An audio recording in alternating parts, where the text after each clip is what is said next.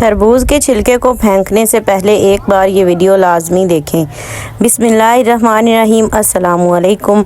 Welcome to AS tasty food YouTube channel. और मैं आयशा सोहेल आज आपके लिए बहुत ही यूनिक, बहुत ही क्विक सी, आसान सी और इंतहाई मज़ेदार सी रेसिपी लेकर आई हूँ, जिसे हम बनाएंगे तरबूज के छिलके के साथ। तो इसके लिए यहाँ पे जो मैंने तरबूज काटा था उसका छिलका ले लिया। इसको पहले हम इस तरह से पीसीज में काटेंगे। तो फिर हम जो है वो हमने सारे पीसेस इक्वल काटने हैं। इसके बाद जो है वो हम इसके अंदर का जो गोदा है उसको साफ़ कर देंगे, और बाकी जो है वो हम इसके अंदर से जो जितना रेड है ना, जितना पका हुआ तरबूज है वो सारा उतार देंगे। ये रेसिपी हम बना रहे हैं तरबूज के छिलके से, और मैं आपको बताती चलूँ कि बहुत सारे लोगों ने ये रेसिपी शेयर की हुई है टूटी फ्रूटी बनाने की। तो ये टूटी फ्रूटी बिल्कुल भी नहीं है, ये बिल्कुल यूनिक सी रेसिपी है। मुझे उम्मीद है कि आपने आज से पहले ये रेसिपी कभी नहीं देखी होगी। इतनी आसान सी वीडियो लेकर आई हूँ आपके लिए। आप इस रेसिपी को ज़रूर ट्राई करिएगा, यकीनन आपको बहुत ज़्यादा पसंद आएगी। तो रेसिपी आपने फुल वॉच करनी है। वीडियो अच्छी लगती है लाइक करें, शेयर करें, और अच्छी वीडियोज़ के लिए चैनल को सब्सक्राइब करें। यहाँ पे देखें मैंने इसके अंदर वाली साइड को अच्छे से साफ़ कर लिया। अब हम जो इसकी बैक साइड पे ये जो ग्रीन है इसको भी उतार देंगे, क्योंकि ये काफ़ी सख्त होता है और ये गलने में बहुत ज़्यादा टाइम लेता है, इसलिए मैंने यहाँ से थोड़ी सी मोटी लेयर उतारी है इसकी। तो यहाँ पे ये देखें इस तरह से हमारे पास ये कुछ तरबूज का छिलका आ गया है, जिसे हम अपनी रेसिपी में इस्तेमाल करेंगे। यहाँ पे मैंने जितना तरबूज रखा था छिलके, उनके ये वाले पीसेस निकाल लिए हैं। अब हम इसकी इस तरह क्यूब्स में कटिंग करेंगे।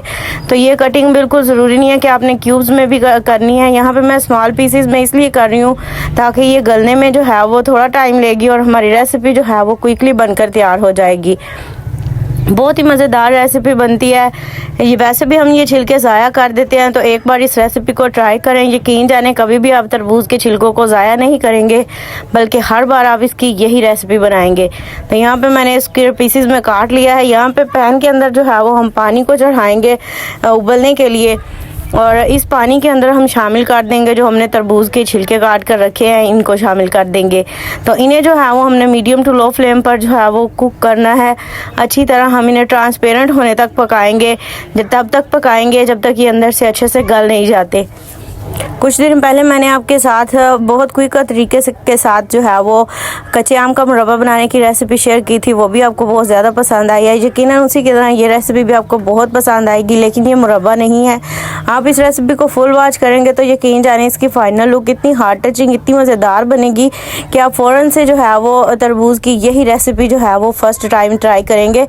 तो यहाँ पे देखें ये काफ़ी है, इसमें पानी जो है वो मैंने इसके अंदर सोक कर लिया, अच्छे से खुश्क कर लिया है, और इसे कुक करते हुए ही मैंने इसके अंदर पानी खुश्क किया। अब ये जो बाकी का जो हमारे पास पीसीज हैं ये अच्छे से गल चुके हैं। अब हम इन्हें जो है वो पोटैटो मैशर की मदद से मैश कर लेंगे, और अगेन जो है वो पैन को चूल्हे पर चढ़ाएंगे। इसके अंदर शामिल करेंगे 2 टेबल स्पून घी ऐड करेंगे, और घी जैसे ही हमारा अच्छे से गर्म हो जाएगा तब हम इसके अंदर शामिल करेंगे 2 खाने के चम्मच बेसन।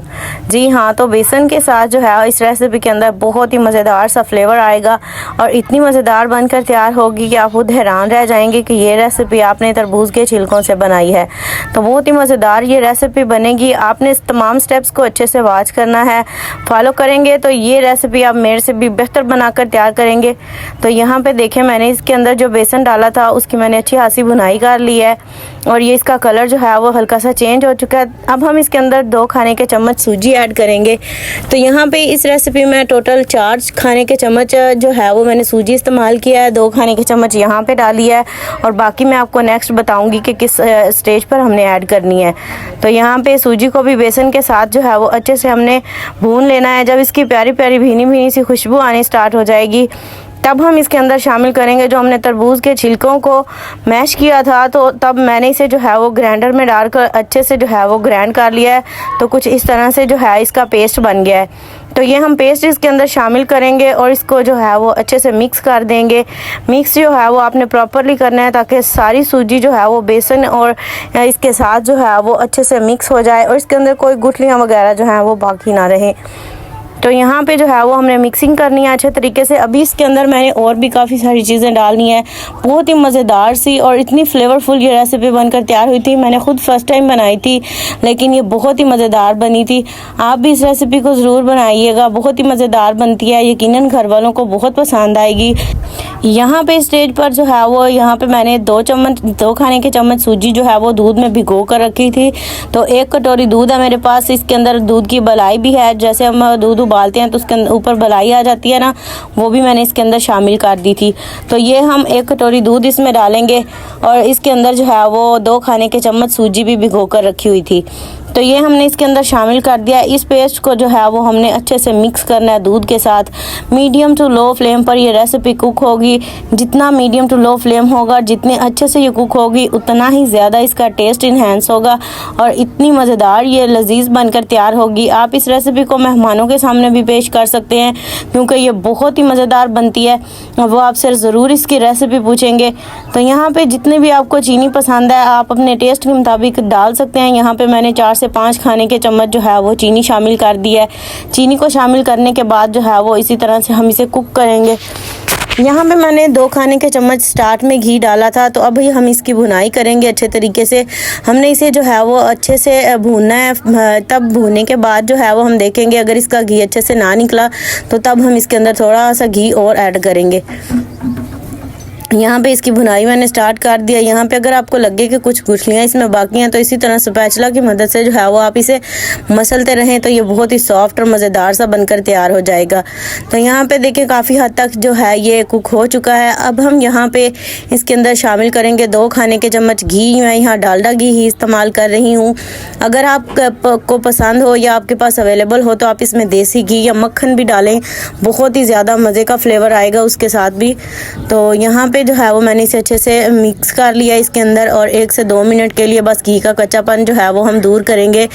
और ये तकरीबन हमारी रेसिपी जो है वो डन हो चुकी है। अभी हमने इसको गार्निश करना है और फिर आपको फाइनल लुक दिखाऊंगी कि ये कितनी मज़ेदार बनकर तैयार हुई है।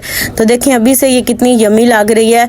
जितनी ये टेस्टी खाने देखने में लग रही है, खाने में उससे कहीं ज़्यादा लजीज और मज़ेदार बनकर तैयार हुई है।